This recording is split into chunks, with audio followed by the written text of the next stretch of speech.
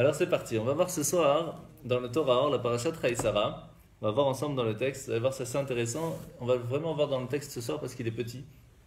Un petit Mahamar, vous allez voir ça ensemble. Alors d'abord dans la parashat Chaïsara, vous connaissez l'histoire. Sarah, on va parler de sa vie, qui est en fin de compte sa descendance, la continuation de ses enseignements. C'est ça la vie d'une personne. Et on va parler donc de Yitzhak. Et Yitzhak, c'est intéressant par rapport à tous les autres patriarches, même jusqu'à Moshe, même jusqu'au roi David, etc., que tous les grands hommes ont été des gens qui vont s'occuper des troupeaux. Même en Égypte, ils s'occupaient des troupeaux, des moutons. Pourquoi ? Parce que ça permettait aux gens de pouvoir être tranquilles le temps que les moutons ils mangent, de pouvoir étudier, de pouvoir être tranquille. Donc maintenant, on a une question par rapport à Yitzhak. Yitzhak, c'était le différent. Qu'est-ce qu'il y avait de différent avec lui ? Vayetse Yitzhak la Souach Basadeh. Et voici que Yitzhak, il sort pour s'occuper du champ. C'est-à-dire qu'il est parti pour planter du blé, de l'orge, etc. Alors bien sûr, les autres aussi, ils ont fait ça. Mais c'est précisé chez Yitzhak. Qu'est-ce qu'il a de si spécial que lui, il est parti travailler dans les champs ? Alors on va voir ça dans le texte. Vayetse Yitzhak, vous avez le texte là ? Oui. Perek Aleph. Vayetse Yitzhak la Souach Basadeh les versets. Donc d'abord, pour essayer de comprendre ce verset que Yitzhak est sorti dans le champ. Deine yesh Mishnah ou Braïta pirouche à Mishnah, qui a Mishnah ou Klal, ou Braïta y a Pratch à la Mishnah. On essaie de comprendre d'abord quelle est la différence entre une Mishnah et une Braïta. Alors d'abord, c'est quoi une Mishnah ? C'est quoi une Braïta ? C'est quoi la différence ? Une Mishnah, c'est quoi ? C'est que lorsque il y a deux rabbis, en général, c'est 2, 3, 5, 10, qui viennent et qui disent, c'est écrit comme ça dans le Passouk, par exemple, il faut construire une soukha. Alors maintenant, il y en a un qui dit la soukha ne doit pas être trop grande, parce que comme c'est écrit qu'il faut vivre à l'intérieur, donc ça maximum 20 amot. Exactement. Il faut quand même qu'on puisse voir qu'est-ce qu'on a au-dessus de notre tête. Donc si c'est au plus de 10 mètres qu'on a mis le toit, alors on n'y voit rien. C'est même pas le toit qui va faire l'ombre, ça va être les murs. Donc ça sert à rien. Donc on ne sera pas vraiment dans une soukha, on sera comme dans une maison. Donc c'est pas caché. Il y a un autre qui dit quand même en fin de compte, tu lèves la tête, on voit ce qu'il y a. Donc c'est bon. Et puis comme ça, on va discuter. Est-ce qu'on peut fixer une loi de la Mishnah ? C'est très difficile, parce qu'il n'y a pas tous les détails dans la Mishnah. Il y a les bases des questions qu'on se pose, mais il n'y a pas tout. Qui vraiment on va aller chercher dans le détail du détail du détail du détail, alors ça va descendre de niveau. On a d'abord la Mishnah qui vient nous expliquer, donc plusieurs rabbis qui discutent sur un verset. Après il y a la Braïta. La Braïta, ce sont des Mishnahs qu'on a trouvés plus tard, ou des explications de Mishnah, qui ressemble un peu à la Gemara, mais encore au temps de la Mishnah. Ça veut dire qu'on ramène le cas et on discute encore un petit peu plus dans le détail. Après, il y a la Gemara, donc c'est vraiment le Talmud qui vient décortiquer la Mishnah. Et puis après, il y a Rashi, Tosfot, Ran, etc., tous les autres qui viennent encore décortiquer la Gemara. Sans compter la Halacha, en fin de compte, le livre des lois, le Shulchan Aruch, qui vient donner Tachlis, qu'est-ce qu'on fait. Donc maintenant, quelle est la différence entre une Mishnah et une Braïta ? La Mishnah, c'est entre guillemets la Torah écrite, si vous voulez, la base. Et la Torah orale, ce qui vient expliquer la Mishnah, qui donne plus de détails, c'est la Braïta. Ok ? Ça, c'est pour donner une petite idée de comment ça fonctionne. Maintenant, il y a une phrase qui est très spéciale, c'est celle qu'on va voir tout de suite. Ve'en bichlal ela mashe bifrat. Il n'y a rien. Donc, on a à peine commencé Nati, en disant qu'il y a une différence entre les avot, parce qu'il y en a, en règle générale, tous les avot, Moshe Rabbeinu, David, tout ça, ils s'occupaient des moutons. À la différence de Yitzhak qui est sorti dans les champs. Sur ça, on a ramené la différence entre une Mishnah et une Braïta. Une Mishnah, c'est beaucoup plus général comme discussion. Une Braïta, il y a plus de détails. Amen. Il y a plus de détails dans une Braïta. Et cette phrase qui est assez intéressante, de En Bichlal Ela Mashe Bifrat. Il n'y a rien dans la partie globale qu'il n'y ait déjà dans la partie détaillée. En général, c'est plutôt l'inverse qu'on devrait dire. Il n'y a rien dans la partie détaillée qu'on ne trouve pas dans la partie générale. Et là, c'est l'inverse. Alors, qu'est-ce que ça veut dire ? La question qui se pose dans le texte, on le voit, le Chaoura, Abraïta ilemata mina Mishnah shenishtal shela yoter lemata. Normalement, on devrait dire que qui est plus grand que l'autre ? La Mishnah est quand même plus haute en degré spirituel que la Braïta, puisque la Braïta donne plusieurs détails. Donc, c'est-à-dire qu'on est descendu de niveau. La Mishnah devrait être plus grande. C'est comme si je vous dis maintenant une partie simple de Torah qu'on est en train de discuter avec la plus grande Kabbale du monde. Qui est le plus haut ? Bien sûr, c'est la Kabbale, il n'y a pas de question. Et pourtant, ici, il y a la Mishnah, il y a la Braïta, et on dit que c'est plutôt l'inverse. Dans la Braïta, dans la Mishnah, qui normalement est la chose la plus générale, il n'y a rien qu'on va trouver en plus qu'il y a déjà dans la Braïta. Qu'est-ce que ça veut dire ? Alors sur ça, on va voir qu'il y a une phrase qu'on retrouve très souvent, qu'on va sûrement revoir aussi plus tard. C'est la phrase qu'on va voir tout de suite. Aval haemet hu shehabraïta gavoa yoter. D'abord, savoir sûr que la braïta est plus grande que la Mishnah. Mais pourquoi? Des sof maaseh bemarshava trila. La fin de l'action, elle était dans la première pensée. Qu'est-ce que ça veut dire? Je vais vous donner un exemple. Quelqu'un qui se dit, je vais construire une maison. Donc dans sa tête, il a tout le projet de comment il veut faire. Ça, c'est le plus haut niveau, c'est la pensée. Il y a plein de détails, c'est tout, c'est encore global. Après, on va mettre ça sur papier. Donc là, c'est déjà un petit peu plus bas comme détail, c'est déjà limité comme histoire. Et puis après, on va commencer à amener toutes les affaires. C'est encore plus limité. Puis après, on construit la maison. Donc là, on ne peut pas aller plus loin, elle est faite comme elle est. Et puis après, on s'installe à l'intérieur. S'installer à l'intérieur, c'est entre guillemets la chose la plus basse par rapport à la spiritualité qu'il y avait dans la pensée première. Mais en fin de compte, le but de la première pensée, c'était pour qu'on puisse s'y installer. Donc, sauf maaseh, la fin de l'action, le but en fin de compte est plus important que la première pensée. Parce que tant que ça reste en pensée, il n'y a rien qui se fait. Même au milieu, il n'y a encore rien qui se fait. Quand on est installé, quand on a fait la dernière action, c'est là qu'il y a en fin de compte le but premier de ce qu'il y a juste avant. S'il n'y a pas la première pensée. Alors, il n'y a rien après. On n'a pas dit que la première pensée n'était pas importante. On dit simplement qu'en fin de compte, qu'est-ce qui est le plus haut, qu'est-ce qui est le plus important, la base, c'est le but. Sauf maaseh, la fin de l'action, en fin de compte, était déjà dans la première pensée. Ce qui fait que dans la Mishnah, on vient ramener la façon globale de comment on doit agir. Il n'y a rien d'autre de plus qu'on va trouver en fin de compte dans la Braïta. La Braïta va nous donner le détail plus détaillé de comment on doit faire les choses. Ce qui fait que le plus important en fin de compte, c'est quoi? C'est d'en parler ou c'est de le faire? C'est de le faire. Quand on a quelqu'un qui nous dit il faut faire Shabbat, et l'autre qui nous dit tu sais dans Shabbat il y a ça, ça, ça, ça, ça. Qu'est-ce qui est plus haut? On va dire c'est Shabbat. Disons les lettres dans la Torah où c'est écrit il faut faire Shabbat. Bien sûr c'est plus haut, mais non. Parce qu'en fin de compte, qu'est-ce qui est le plus important? C'est de savoir comment faire. Et ça c'est la Mishnah ou la Braïta qui va nous donner les détails. Ce qui fait qu'en fin de compte, sauf maaseh bemarshava trila. Pour l'instant on a donc cette base de compréhension que ce n'est pas ce qui nous paraîtrait plus bas qui est plus bas. Très souvent, c'est l'inverse. C'est l'action finale, les choses qu'on va étudier en fin de compte, comment on doit faire les choses, le tachlis, la halacha, est plus important même que la première pensée de la raison pourquoi est-ce que Dieu a créé le monde. C'est fou.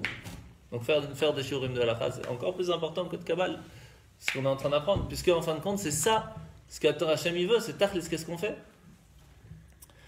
Alors, on va voir le Perek Bet maintenant. Dans le Perek Bet, vous allez voir que la Torah va descendre, on a dit, de plusieurs niveaux à niveau. D'accord? Mais est-ce qu'on va dire qu'au bout d'un moment, elle descend la Torah? Est-ce qu'on peut dire, c'est là. Est-ce qu'on peut dire que la Torah descend de niveau? La Torah, elle reste quand même une lumière. Alors, on va voir. Dine la Torah nishtal shala lemata, afilu bidvar sheker. On voit que la Torah peut descendre de niveau, même arriver à parler de quelque chose qui est mensonger. Comment c'est possible d'arriver à quelque chose comme ça? Par exemple, il ramène un exemple qui gonne quand on voit un cas où il y a deux personnes qui sont en train d'attraper un habit par terre. Un il dit c'est moi qui l'ai trouvé, l'autre il dit non c'est moi qui ai trouvé le premier.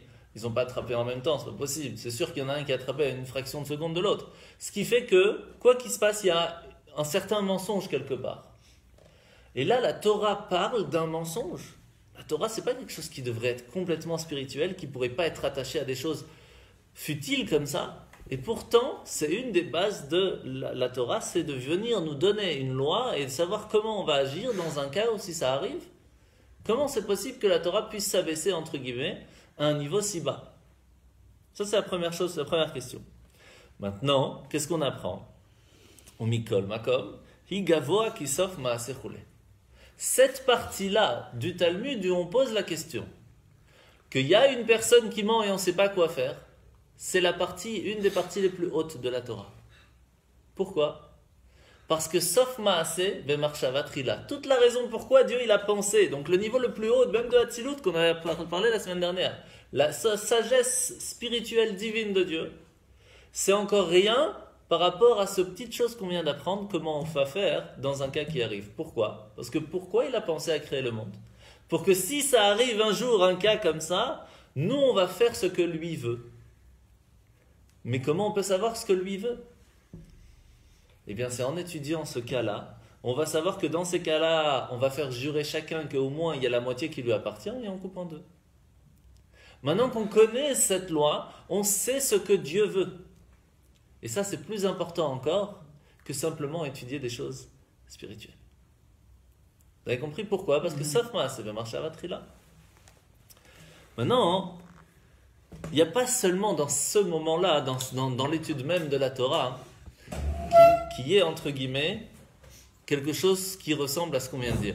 Il y a quelque chose de très, très, très, très classique. C'est celui que Rashi ramène par rapport aux jumeaux. Vous savez qu'il y a plusieurs jumeaux, on en a déjà parlé souvent, il y a plusieurs jumeaux dans la Torah. Il y a Caïn et Hevel, il y a Yaakov et Yitzhak, Yaakov et Esav. Il y a plus tard encore d'autres. Mais qu'est-ce qu'on voit dans ces cas-là? Que Rashi vient nous dire toujours la même chose. Le premier qui sort, c'est le deuxième qui a été conçu. Parce que le premier qui a été conçu va sortir le deuxième. C'est classique. Donc en fin de compte, le deuxième qui sort, sauf Maaseh, Bemarshava Trila. Le plus important, c'est qui? C'est le deuxième qui sort. Parce que c'est lui qui avait la première pensée de la création. C'est lui le premier qui a été conçu. Donc c'est une question toujours, qui est l'aîné dans un jumeau? Le premier qui sort, le premier qui... Tu m'as ruiné ma soirée. Pourquoi? Parce que je suis jumeau, mais je suis sorti en premier. Ça c'est embêtant là tout de suite. C'est une question, toujours le même problème. Et dans la Torah... C'est des vrais jumeaux. Non, mais faux. Ah, alors ça va. Et donc, en fin de compte, le premier qui est conçu, c'est lui qui a été la première pensée. Ok? Mais en fin de compte, qui reçoit, dans la loi, qui reçoit le double héritage, etc., c'est le premier qui sort. Parce qu'il a dû racheter, en fin de compte, Yaakov, il a dû racheter le droit d'aînesse à son frère. Parce qu'il avait quand même, lui, le droit d'aînesse. Une grande chose aussi très intéressante qu'on voit, dans la création du monde, dans la création même du monde, lorsqu'il a créé le monde, qu'est-ce qu'il a fait? D'abord, il a créé un peu tout, etc. Après l'herbe, après les fleurs, et puis etc. Puis les animaux, et à la fin, ce qu'on pourrait se dire, ça y est, Dieu est fatigué maintenant, c'est vraiment la dernière créature, et il manquait plus grand-chose. L'humain arrive. À ce moment-là, hein, quand il a créé Adam, qu'est-ce qui se passe? C'est le plus important ou c'est le moins important? Parce que c'est la dernière création. Le plus important. C'est le plus important, parce que sauf Maaseh, le but, pourquoi il a créé tout ce qu'il y a avant, c'était pour Adam. Et donc, en fin de compte, c'est la même chose. Sauf Maaseh, la dernière chose, celle qu'on pourrait penser la plus basse, c'est en fait elle la plus haute. Parce que c'est elle qui a sa source encore plus haute. On dit que s'il se comporte bien, alors effectivement c'est comme on dit. Exactement. S'il se comporte mal, alors il est pire que la on première. lui dit que l'insecte il a été créé avant. Tout à fait. Donc ce qu'il dit, c'est que c'est vrai, c'est que à l'humain, on lui dit comme ça. Si tu te comportes mieux qu'un animal, c'est-à-dire que tu réfléchis à tes actions, tu fais pas simplement parce que tu as faim, tu manges, etc. À ce moment-là, tu es plus haut. Tu as été créé après, tu peux profiter du monde. Mais si tu te comportes pire qu'un animal, alors n'oublie pas que tu as été créé bien après l'insecte. Même un insecte, tu n'es pas. Même chose pour les femmes. Si on se comporte bien, on dit ah, d'accord, ok, mais. Sinon, il y a Adam avant. Adam avant et il y a pas Adam avant, l'insecte. parce qu'ils ont été créés ensemble. Alors, donc jusque-là, qu'est-ce qu'on a vu? Jusque-là, on a vu qu'on a compris qu'il y a Mishnah, il y a Braïta, il y a des niveaux de compréhension et d'études qui sont plus hautes, d'autres qui sont plus basses, et on ne sait pas trop qui est le plus important en fin de compte. Et on vient d'apprendre qu'en fin de compte, le tachlé, si vous voulez, la chose la plus importante, c'est savoir c'est qu'est-ce qu'on doit faire et comment on doit le faire. C'est ça qu'Hachem il attend de nous. Ce qui fait que quand on va étudier la partie de la Torah qui nous dit comment on fait les choses, c'est encore plus important même de savoir pourquoi il a fait les choses. Ça, c'est le Perek Bet. Maintenant, on va voir le Perek Gimel. Le Perek Gimel nous dit comme ça. Vezeu mamarazal yafeh sha'achat roulé. Dans le Chachamim, ils nous disent, dans le Pirkei Avot, au 4e Perek, à la Mishnah Yud Zayin, il nous dit comme ça. Yafeh sha'achat b'tshuva amasim tovim mikol chaye olam haba. C'est plus beau, c'est plus fort, un seul instant de teshuva ou de bonne action dans ce monde, que tout le monde futur. Comment c'est possible? Le monde futur, c'est pas là où il y a Dieu qui est de façon ouverte, complètement divin. Non. Plus important, il y a une minute de teshuva ou de bonne action ici-bas, c'est encore plus fort que tout le monde futur. Pas simplement que le monde futur. que tout le monde futur. Comment c'est possible? Regardez, c'est écrit clairement pourquoi. Deine ba'olam haba, dans le monde futur, tzadikim yoshvim, vehu rak prinat achoraim. Les tzadikim qui sont installés dans le olam haba, dans le monde futur, ils sont assis. C'est-à-dire quoi ils sont assis? C'est-à-dire qu'ils ne bougent pas. Ils ne peuvent pas évoluer. Ils peuvent profiter de ce qu'il y a sur place, mais ils ne peuvent pas évoluer. C'est un peu comme on parle des anges. Les anges sont appelés comment? Debout. Ils n'avancent pas. Ils ne peuvent pas évoluer parce qu'ils n'ont aucune possibilité ni de descendre, donc ils n'ont pas la possibilité non plus de monter. Donc ils peuvent profiter que de ce qu'il y a. Mais étant donné qu'ici-bas, on est dans un endroit où on peut descendre, on peut aussi énormément monter. Donc maintenant qu'on a compris ça, de quoi ils profitent les tzadikim dans le monde futur? Ce qu'on appelle le ziv Ashrina. Vous vous rappelez qu'on a appris la semaine dernière le ziv? C'est simplement un rayon de Dieu qui vient de où? On avait parlé d'Avram. Vous vous rappelez de Avram qui avait cette lumière qui était au-dessus du monde et qui descendait un tout petit peu jusqu'au jardin d'Éden pour que l'âme puisse en profiter. Mais plus bas que ça, c'est pas possible parce qu'elle était trop haute, elle ne pouvait pas descendre plus bas que ça. Ce niveau-là, c'est quelque chose d'extraordinaire. Mais en fin de compte, ça reste très limité, entre guillemets, dans la possibilité de faire quelque chose avec cette lumière. Ok, on en profite, on voit, ok, on profite. Et après, c'est tout. Mais lorsqu'on est dans ce monde et qu'on fait une petite bonne action, on arrive à un niveau encore plus haut que ça. Pourquoi? Parce qu'on arrive à la volonté de Dieu, qui est au-dessus de la compréhension des choses, puisqu'on fait ce qu'il veut. Automatiquement, lorsqu'on étudie ne serait-ce que comment faire les choses, on arrive à s'attacher à une compréhension divine, entre guillemets, de sa volonté, qui est plus grande même que la compréhension même de la création du monde. Maintenant qu'on a compris ça, regardez dans le texte, c'est écrit « Ve'u rak prinat achoraim ». Vous avez entendu parler de cette prina, achoraim? Achoraim, ça veut dire derrière. Alors, il y a deux façons comment est-ce qu'on peut recevoir de derrière. Il y a ce qu'on appelle les clipotes. Les clipotes, c'est tout ce qui est pas bon dans le monde, qu'on ne peut rien faire pour eux, qui ne sont pas cachers complètement. Ça ne sert à rien de faire une bénédiction dessus, on ne pourra jamais l'élever, c'est foutu, c'est un endroit qui n'est pas bon. Et eux, ils doivent quand même survivre. Il faut qu'ils aient une existence dans ce monde. Donc automatiquement, il y a une certaine lumière divine qui leur permet d'exister. Cette lumière divine s'appelle comment? Dieu, il n'a pas envie de donner à cette partie qui n'est pas cachère, à ces gens qui tuent, etc. Il n'a pas envie de leur donner la possibilité de vivre et d'exister. Alors comment il les fait vivre? Miprinat achoraim. Ça veut dire par derrière. Tiens, mange. Prends un petit peu, mais je n'ai pas envie de te donner. Par derrière, comme ça. Et ça, c'est par rapport aux clipotes. Il y a une autre façon de voir aussi. C'est quand quelqu'un va recevoir sa lumière divine, Miprinat achoraim. Ça veut dire que Hachem va lui dire, regarde, je vais t'envoyer plein de choses, mais étant donné que ton réceptacle n'est pas assez bon pour le recevoir, tu ne pourras recevoir que derrière moi. C'est-à-dire qu'une partie très superficielle de ma lumière. Parce que tu ne peux pas recevoir ma lumière en soi, parce que tu n'es pas toi apte à le recevoir. De la même façon, lorsque Moshe Rabbeinu il est monté au mont Sinaï, qu'est-ce qu'il a vu? Il a vu Dieu entre guillemets de derrière, Miprinat achoraim, parce qu'il a pu voir entre guillemets qu'une partie très superficielle de la divinité, parce que voir Dieu c'est pas possible. La différence entre Chitzoni et Pnimi. Chitzoni ça veut dire superficiel, autour, et Pnimi c'est quand ça rentre à l'intérieur, quand on arrive à l'intégrer. Ça c'est quelque chose qui est presque impossible. Alors d'après vous, quelle est la lumière la plus grande qui pourrait être intégrée chez la personne entre la lumière qui va se dévoiler lorsqu'on est en haut dans le ciel avec le monde futur, avec une âme en plus, donc c'est que du spirituel, il n'y a même pas un problème de corps qui le bloque, ou quand on est dans le corps et donc on est complètement limité.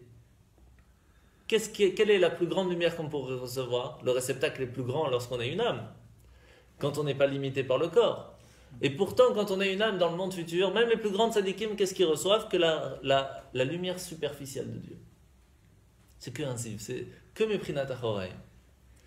Par contre, lorsqu'on fait ici, lorsqu'on fait une bonne action ici, lorsqu'on met les tefilin, lorsqu'on allume les bougies, etc., on arrive à amener en nous, alors qu'on est encore dans un corps physique, la lumière de Dieu de façon pnimi, qu'elle s'intègre à l'intérieur de nous. Alors on va se dire, oui, mais c'est parce qu'elle s'est tellement, tellement filtrée qu'elle a réussi à rentrer, donc elle est plus basse.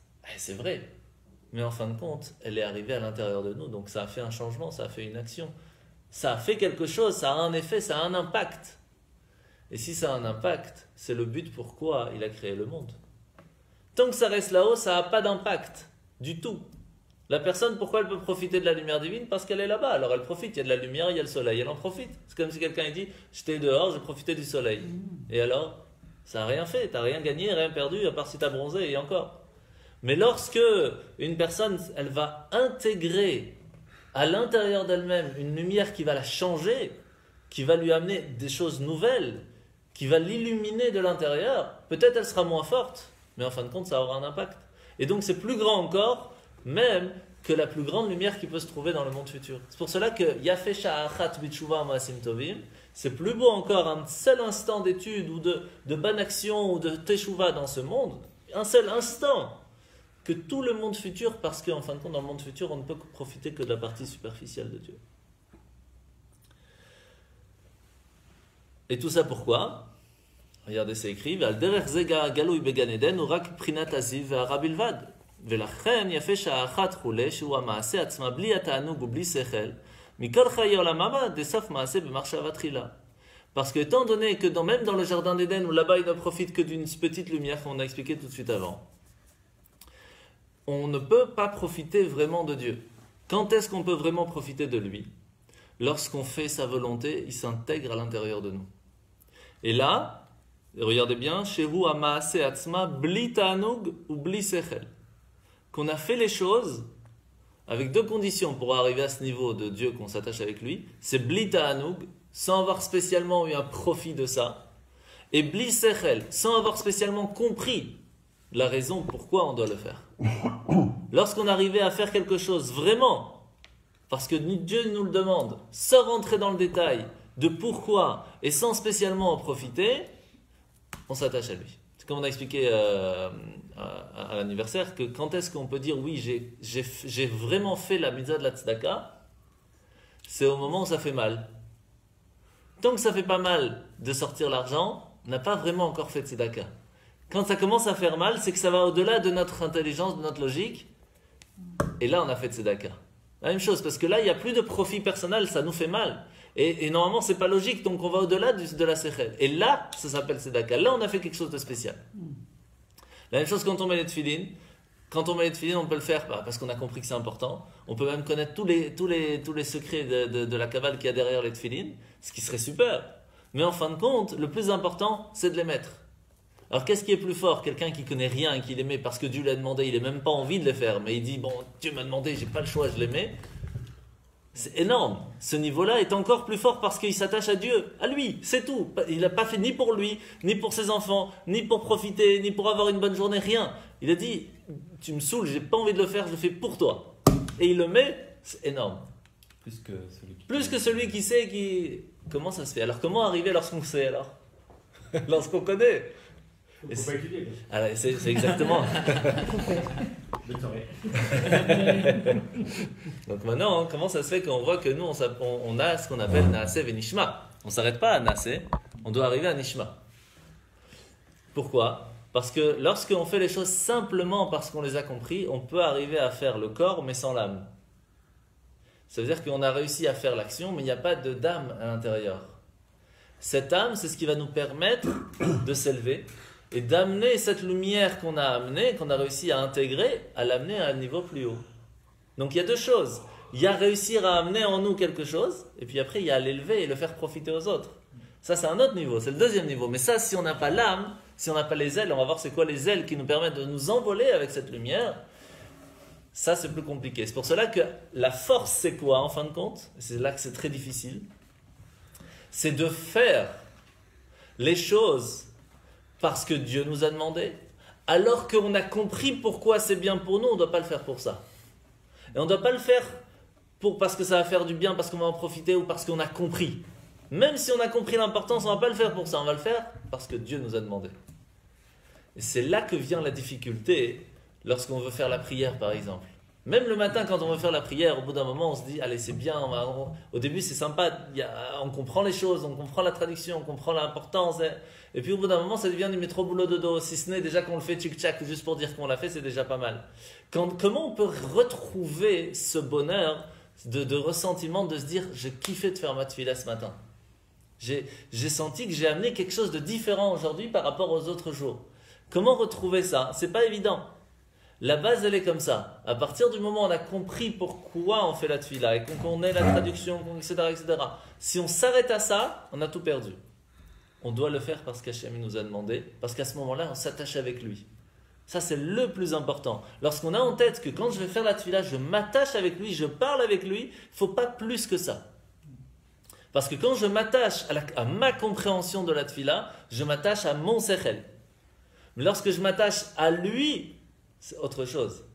Et ça, c'est la difficulté lorsque ça devient du métro boulot dodo, c'est ne pas oublier cette base dans la tefila. Ce qui n'est pas évident, hein, attention. Hein. Et c'est pour cela que c'est plus difficile pour quelqu'un qui connaît que celui qui ne connaît pas. Donc on va continuer maintenant. Je peux poser une question juste sur ce que tu as dit par rapport à la tzedaka. Ouais. Abraham Avinu, il a fait la mission ou pas? Qu'est-ce que t'en penses? Qui précède. Qu'est-ce que t'en penses?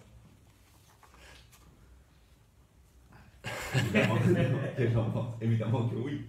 Le mieux Alors, du monde. Il ne faut pas oublier Mais d'abord qu'il faut avoir une première fois, c'est ça la question. Est-ce que, et après c'est bon. Non, c'est une fois tu as ressenti la douleur, et puis après tu as compris, et puis après ça ne te fait plus rien, tu peux toujours tout donner. Ou pas. Il ne faut pas oublier qu'il y a plusieurs niveaux dans la tzedaka. D'accord? Il y a tu donnes à qui, pourquoi, est-ce qu'il sait, est-ce qu'il ne sait pas, est-ce que toi tu sais, est-ce que tu ne sais pas. Il y a faire en cachette sans que tout le monde le sait, est-ce que tu fais vraiment pour toi, pour te sentir bien ou pas pour te sentir bien. Il y a plein de niveaux. Puis après, il y a au-delà de la tzedaka. La tzedaka, c'est jusqu'à 20% de tout ce que tu gagnes. Ça c'est encore tzedaka.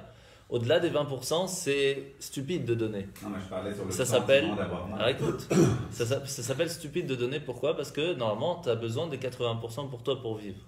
Et là, ça s'appelle plus tzedaka, ça s'appelle gmilut chasadim. C'est aller à une certaine bonté qui est au-delà de la logique.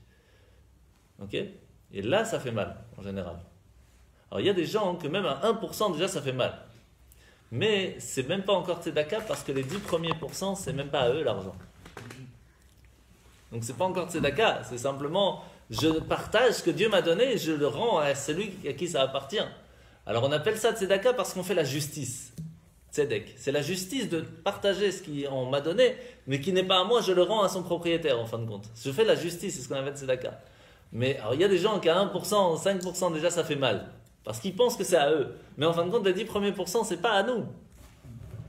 Alors quand est-ce que ça fait vraiment mal? Lorsqu'on arrive vraiment à Gmilut Chasadim. Lorsque c'est au-delà des 20%, là ça fait mal parce qu'on en a besoin. Et là la question se pose, est-ce que... Mais le problème c'est que c'est toujours... C'est difficile à dire parce que quelqu'un qui gagne 5 millions... Tu sais, c'est très simple. Tu es à la choule le matin, d'accord? Il y a quelqu'un qui vient pour ramasser pour un mariage, pour un collège ou autre. Tu sors de ta poche... Tu sors un billet de 50 et un billet de 5. Tu dis, le billet de 5, ça fait pas mal. Le billet de 50, ça va faire mal. Je le donne ou je le donne pas? Tu donnes le billet de 50, ça t'a fait mal cette fois. Tu avais une autre possibilité. Tu as donné le billet de 50. Ça fait mal. Ça, c'est tzedaka qui vaut quelque chose plus que les 5 euros. Mais une personne qui a 1 milliard, 50 euros, c'est rien. C'est une bêtise. Alors, il sort un billet de 500 et un billet de 100. Hein. 500, ça va peut-être lui faire un peu plus mal.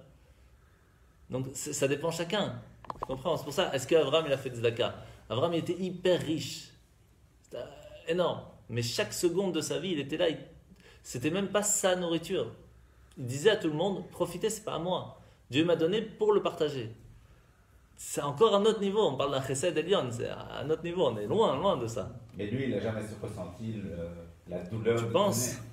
Le problème de la différence, la différence entre nous et les tzadikim, c'est que nous, on parle, on a ce qu'on appelle le mauvais penchant, qui essaye de nous dire, voilà, c'est à toi, tu dois faire attention, il ne faut pas partager, etc. Le tzadik n'a pas ça. Donc, ce n'est pas le même travail. C'est un peu comme la différence entre Adam Arishon avant qu'il ait fauté et Adam Arishon après qu'il ait fauté. C'est quoi la différence? Il y a quand même, le mal était là, donc il avait un travail à faire. La différence, c'est que nous, le mal est à l'intérieur de nous, ce qui fait qu'on doit le repousser et après y mettre du bien. Le tzaddik, il n'a pas de mal, il n'a rien à repousser. Son travail, c'est que d'amener du bien. Et ça, c'est difficile pour nous de comprendre parce que nous, on apprend plus de nos épreuves. En règle générale, on apprend de nos épreuves, de nos difficultés. Quand on tombe, on apprend comment il faut pour ne pas tomber la prochaine fois. Mais un tzaddik, il apprend pas comme ça. Il apprend de comment est-ce que j'ai réussi à faire plus et encore et encore. C'est un autre monde. Donc c'est difficile de dire est-ce qu'Abraham, bien sûr qu'il a fait, mais c'est un autre niveau. C'est un autre niveau. C'est un autre niveau. Sans compter qu'il y a une différence. Hein. Est-ce que c'est tzedaka? Est-ce que c'est pour un juif, pour un non-juif? Ici, il a fait faire prier des non-juifs, faire le birkat. Enfin, il y a plein de questions. Donc de là, on apprend, comme je t'ai dit, qu'il y a tzedaka, ça se fait pour un juif, pour un non-juif, il n'y a pas de différence. Il y a ce qu'on appelle Avat Israël. C'est une autre histoire. Mais tzedaka, c'est pour tout le monde. Ok? Alors, maintenant, on va voir dans le Pérec Dalet, dans le Pérec 4, on est bon, qu'il y a ce qu'on appelle la Mishnah et la Braïta. Vous vous rappelez? Alors, Zeu Gamken Inyan Mishnah ou Braïta. Ça, c'est la différence entre la Mishnah et la Braïta. La Mishnah ou Klal, la Mishnah, c'est un petit peu la partie générale, Kemo, comme par exemple, Dalet Tzitzit Me'akvot, que s'il y a un des 4 tzitzit qui n'est pas là, c'est pas kasher. On ne peut pas mettre le bi. Ça, c'est ce que la Mishnah nous dit. Ou alors, chen souka chez Gavoa, ou par exemple une souka, comme on a dit tout à l'heure, une souka qui est plus haute que 20 amot, c'est un problème, etc. Il y a une marloquette, on ne rentre pas dans le détail. Maintenant, il faut expliquer pourquoi. Qui vient venir nous l'expliquer? La Braïta. Qu'est-ce qu'elle nous dit? V'yesh limtzot ha'am leze ke'inyan tchelet dome leyam v'chule v'gabe souka yesh ta'am leman yedutotechem atrafama, etc. אבל הברייתא הוא פחת. לבאר המשנה בכל הדקדוקים ופחתים כמו סוכר, גנבח ורגבה שאין טעם לדבר, ונראה בחוש שלמעלה מהשכל והטעם. Donc il y a deux choses. Il y a ce qu'on appelle l'explication de la raison pourquoi est-ce qu'on doit faire les tzitzit, et pourquoi il faut qu'il y en ait une qui est en bleu, même si aujourd'hui on ne met pas en bleu. Et c'est quoi la raison? Alors je vais vous le dire tout de suite. Voilà. Que le bleu qui était là s'appelait Trelet, le bleu qui était sur le tzitzit. Pourquoi? Parce que ça ressemble à la mer. La mer, c'est la même couleur du ciel, qui nous fait rappeler la même couleur que le Kisei HaKavod, qui nous fait rappeler le trône céleste d'en haut. Ce qui fait que lorsqu'on va voir le bleu des tzitzit, ça va nous rappeler de faire les 613 commandements, parce qu'il y a quelqu'un qui nous regarde de là-haut. Parce que ça nous rappelle la couleur du ciel, etc., etc. Donc il y a une raison pourquoi est-ce qu'on doit mettre un fil bleu. Aujourd'hui, on ne le met pas en plus. Donc en fin de compte, qui va nous dire comment on doit faire les choses clairement? Même des fois, il n'y a pas de raison claire pourquoi oui et pourquoi non, mais c'est comme ça. Ça, c'est plus la Braïta qui va nous dire, cherche pas à savoir, il y a des fois, c'est comme ça qu'il faut faire les choses. Donc là, il n'y a plus d'explication obligatoire sur une chose ou non. C'est comme ça que Dieu veut. Après, bien sûr, on va expliquer pourquoi, mais la Braïta, souvent, elle vient nous dire, c'est comme ça. Ce qui fait que la loi va être plus tranchée, entre guillemets, par la Braïta que par la Mishnah. Pourquoi? Parce que là, elle ne vient pas commencer à rentrer dans ta logique. Elle vient tout simplement te dire comment les choses doivent être. Alors, qu'est-ce qui est plus haut? Quand on a la compréhension d'une chose ou lorsqu'on le fait parce que Dieu veut? On vient de l'expliquer. Que c'est vrai qu'en soi, on pourrait se dire c'est plus bas lorsqu'il n'y a pas d'explication. Mais là, ici, on parle d'un niveau tout à fait différent. Parce que là, on vient nous dire comment est-ce qu'elle est la volonté de Dieu. Et c'est pour cela, et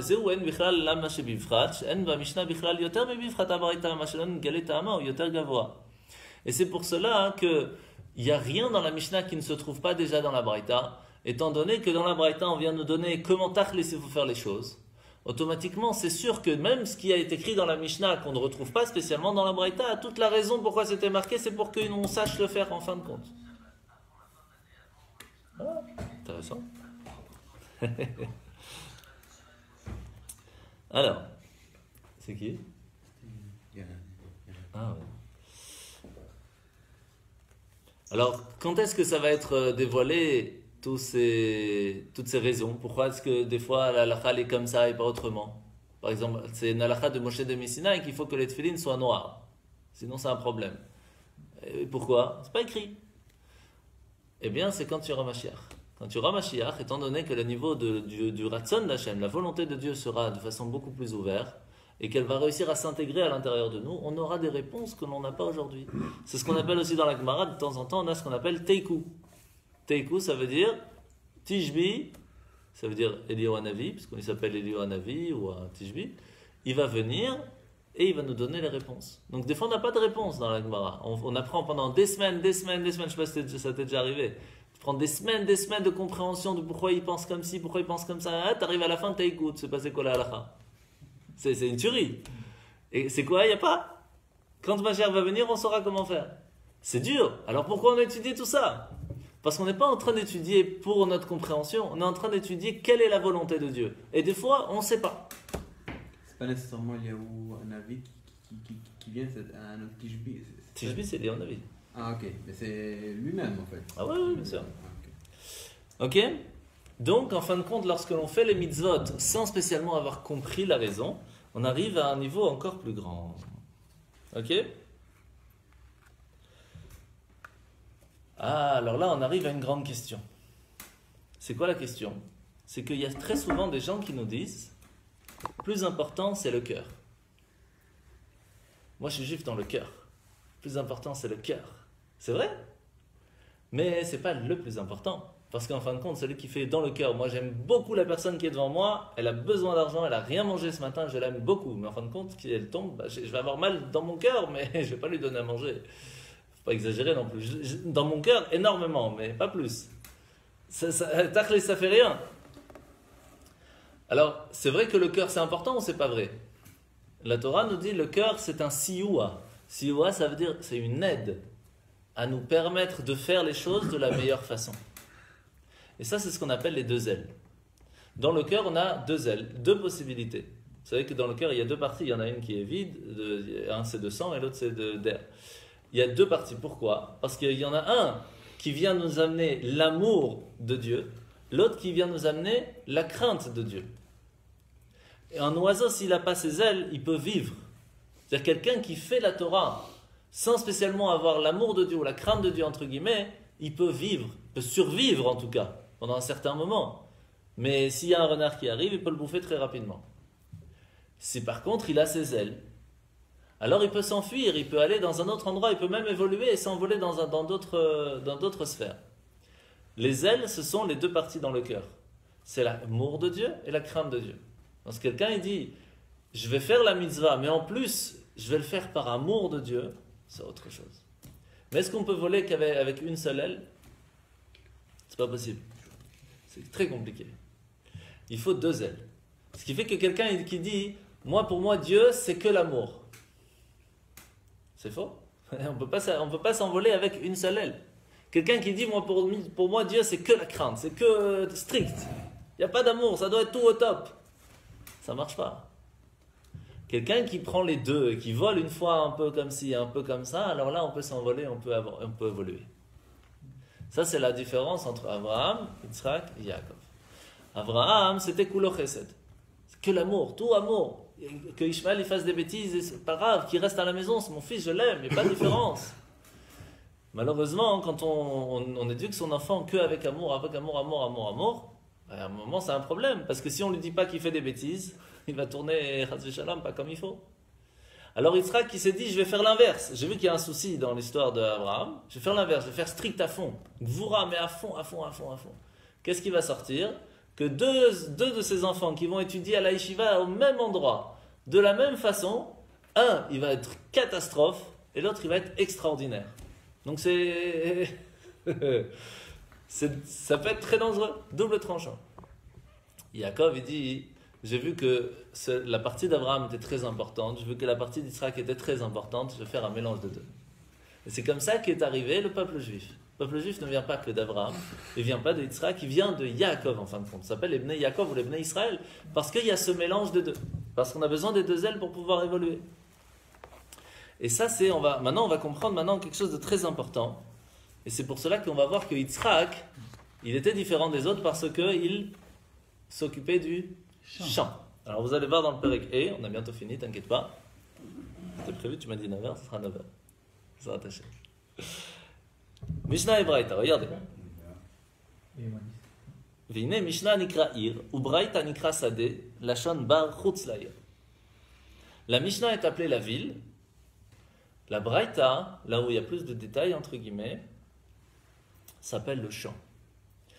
Les gens qui sont dans la ville, les Chaura Iaikar, en général, qu'est-ce qui est le plus important? C'est la ville. C'est là où tout tourne, c'est là où tout se passe, c'est là où il y a le business qui tourne, c'est là qui fait tourner, c'est là où il y a la vie. Mais en fin de compte, s'il n'y a pas les gens qui sont dans les champs en train de faire pousser le blé, ceux qui sont dans la ville, ils n'ont rien à manger. C'est eux qui font le business, qui font tout ce qui est sur Wi-Fi, Internet, ce que tu veux. Mais s'il n'y a pas les gens qui sont derrière pour s'occuper à ce qu'il y ait du lait, qu'il y ait du blé, etc., il n'y a pas de cornflakes, il n'y a pas de gâteau, il n'y a pas de ton maillot, il n'y a rien à manger. On est embêté, pas chouette, on n'a rien à manger. Donc on est obligé d'avoir ceux qui sont en province. Alors qu'est-ce qui est le plus important? Ceux qui sont dans la ville ou ceux qui travaillent dans les champs? C'est, Il y a pas de on a niveau. bien sûr, il y a quand même un niveau, il y a certains niveaux. Là, on a besoin des deux. Quoi qu'il se passe, on a besoin des deux. Ah non, On a besoin des deux. on a besoin de manger. Pardon? Manger, c'est vital. Ah, il a fait. Le business, c'est pas vital. Exactement. Alors on va voir. Karua Braïta Mechaye à Mishnah. La Braïta, c'est elle qui donne à manger à la Mishnah. Les gens du champ, c'est eux qui donnent à manger aux gens de la ville. Ce qui fait qu'en fin de compte, le tachlis, le vital, c'est ça le plus important. Donc ce qui est dans le champ, c'est comment on doit vivre en fin de compte, ce qui va nous donner à manger la possibilité de vivre. C'est plus important que tout ce qui est Facebook, etc. Ça, c'est de toute façon.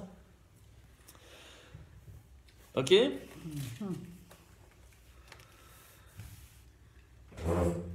Et c'est pour cela que c'est écrit que celui qui va essayer de fixer, entre guillemets, une loi directement de la Mishnah, c'est pas bon. Parce qu'il n'y a pas assez de détails dans la Mishnah. On ne peut pas se baser sur une Mishnah pour donner une loi. Parce que par exemple, très souvent, il y en a qui se trompent lorsqu'ils étudient Souka et qui disent, oui, mais si on ne voit pas les étoiles, la Souka n'est pas cachère. Parce que c'est écrit dans la Mishnah qu'il faut voir les étoiles, mais c'est faux. Si on ne voit pas les étoiles, on ne voit pas les étoiles. Il y a le srach, c'est cachère, makara. Mais ça, c'est quand on apprend Tachlis, qu'est-ce qu'on fait? C'est ça la différence quand on apprend simplement la Mishnah. C'est vrai que des fois, il y a plein de détails, on nous explique l'importance, qu'il faut voir les étoiles, il faut se rappeler de Dieu, etc. Mais Tachlis, c'est pas ça la halakha, c'est pas ça la volonté de Dieu. Donc on voit que ce qui nous donne à manger à nous, c'est la Braïta. Entre guillemets, parce qu'ici, après les Braïta, il y a encore Gemara, etc. Mais ça veut dire que c'est la partie qui est plus basse, entre guillemets, qui nous, en fin de compte, le plus important. Et on finit avec le dernier Perek. Perek Vav. Vezehu vayetze Yisrak lasoach basade. Lachan dibur vesicha. Lachan tzriya lemata. Melachan vesach rom anashim vechen kaasher ifrosh asochel isrot basade ubar. Quand Yitzhak il va pour la soach basade. La soach, ça a plusieurs façons comment est-ce qu'on peut traduire ce mot. Alors la soach, ça vient du mot sicha, qui veut dire parler. Donc ça veut dire que par exemple, Yitzhak à ce moment-là, il est sorti dans le champ pour faire mincha. C'est comme ça qu'on sait qu'Avraham il a fixé de faire la prière de Shacharit du matin. Yitzhak c'est la prière de Mincha, ensuite c'est la prière de Yaakov. Mais il y a aussi le lachan sriya. Sriya ça veut dire nager. Nager en général tu descends dans les profondeurs. Donc c'est un niveau entre guillemets qu'il est venu aller dans les profondeurs pour descendre de niveau pour s'attacher aux gens qui étaient plus bas. Et jusqu'à où il est parti, même à ceux qui sont dans les champs, c'est-à-dire qu'ils n'ont eu qu'une connaissance, ils ne sont pas dans la ville, ils ne sont pas dans le move, ils sont vraiment dans un endroit, tout ce qu'ils connaissent c'est travailler dans les champs. Pas grand-chose. Alors qu'est-ce qui est le plus important en fin de compte? C'était à quel moment qu'il est parti? L'ifnot erev, juste avant la nuit. Donc c'était à Mincha, juste avant la nuit. L'ifnot erev à Choshech, juste avant que le Choshech arrive, l'obscurité. Pourquoi? Parce que la Torah, elle est en fin de compte, elle est descendue dans un endroit très très bas, dans un endroit très obscur, dans un endroit même où on peut commencer à parler des choses de sheker, de mensonges, comme on a dit tout à l'heure. On peut arriver dans un endroit où on va devoir se poser des questions d'halakha sur des choses tellement basiques, tellement bêtes, tellement entre guillemets, il n'y a pas de questions bêtes, mais c'est tellement dans des choses que quand on parle avec des Amoraïm, avec les Tanaïm, ceux qui écrivent la Mishnah, jamais ils se seraient posé cette question. C'est-à-dire pour eux, on ne pose pas la question comment est-ce qu'on doit faire Shabbat, bien sûr. Ici, on se pose des questions qui sont plus que basiques. Et pourtant, Yitzhak est descendu dans les champs, là où il y a la recherche, là où il y a l'obscurité, c'est là-bas qu'il est parti. Pourquoi il est parti là-bas? Parce que les et erev yaor, spécialement là où il y a l'obscurité, c'est là où il faut amener la lumière. S'il fait déjà jour, à quoi ça sert d'amener encore une ampoule? Ça ne sert pas à grand-chose. On est dans un endroit inverse, où il y a de la Torah partout. Ah, bien sûr, il faut rajouter de la Torah, c'est très important. Mais lorsqu'on est dans un endroit où il manque de Torah, c'est là où il faut faire plus. C'est là, dans cet endroit, qu'il faut amener plus de lumière. Tu comprends? C'est ça l'histoire. Et donc, en fin de compte, qu'est-ce qui est le plus important? C'est quoi tout le but du monde? Est-ce que c'est de transformer de la lumière en quelque chose de plus illuminé? Ou c'est de prendre ce qui est obscur et de le transformer en lumière? Le but du monde, c'est de prendre l'obscur et de le transformer en lumière. C'est ça le but, pourquoi Hachem il a créé le monde. Ce qui fait que, pour pouvoir, en fin de compte, faire la volonté de Dieu, c'est de pouvoir transformer ce qui est obscur dans la lumière. Et là, on a un gros souci. Parce que Yitzhak, il est descendu dans la partie la plus obscure. Et il dit, je vais la transformer en lumière. Ok, c'est très bien, c'est dangereux. Aller dans l'obscurité avec une petite lampe de poche, parce qu'il connaissait de la Torah, entre guillemets, je donne une certaine idée. C'est dangereux d'aller là-bas, parce que l'obscurité est très forte. Est-ce qu'on va réussir à tenir? Comment on va s'en sortir? Comment on va s'envoler? Comment on va réussir à prendre les lumières qui s'y trouvent et les enlever de cette obscurité? Comment on va faire? C'est très dangereux. Alors, qu'est-ce que nous dit la Torah? Imanira en chokhma. S'il n'y a pas la crainte de Dieu, toute la connaissance qu'on a, gornisht. Si on va pour étudier simplement pour avoir la connaissance, alors on va amener un peu de lumière, mais on sera quand même plongé dans l'obscurité. On ne pourra pas sortir de cette obscurité. Qu'est-ce qui nous permettra de sortir de cette obscurité? Quand il y a la crainte de Dieu. Parce que ça va nous donner ses ailes de pouvoir sortir de cette obscurité, de faire remonter la lumière qu'on a à l'intérieur de nous. Et ça, il n'y a que Yitzhak qui a réussi à faire. Abraham, il faisait un petit peu comme Chabad, si vous voulez. Il amenait tout le monde. Allez, venez, me faites une bracha, c'est sympa et tout. C'est bien. Qu'est-ce qu'il a fait? Il a ouvert un endroit de lumière pour que l'obscur vienne chez lui. C'est déjà super. Mais pas descendu lui-même. Ça, c'est plus difficile. Yitzhak, c'est encore différent. Parce que Yitzhak, il était une grande lumière. Il n'est pas sorti d'Israël. Vous savez qu'Yitzhak, c'est le seul des patriarches qui n'est pas sorti d'Israël. Donc on a aussi cette même question. Lui, il a dit, je vais aller dans la plus grande obscure qui se trouve, là où j'ai ma lumière, que je sois toujours attaché avec une certaine corde pour remonter si j'ai besoin. Mais il est descendu très bas. Mais il était attaché à quoi? À la crainte. Jacob, c'est encore autre chose. Jacob, il avait et l'amour et la crainte. Et lui, il est parti même en Égypte. Et là-bas, il a amené la lumière. Ça, c'est la force de Jacob. Et c'est pour cela qu'on ne peut pas se permettre d'être ni comme Abraham, entre guillemets, ni comme Yitzhak seulement. On se doit d'aller dans le champ, mais d'être comme Yaakov. Quand on a et l'amour et la crainte, on peut, grâce à la connaissance qu'on a, y amener de la lumière, mais il faut amener ça avec l'amour de Dieu et la crainte de Dieu, ça nous permet de sortir. Hazak.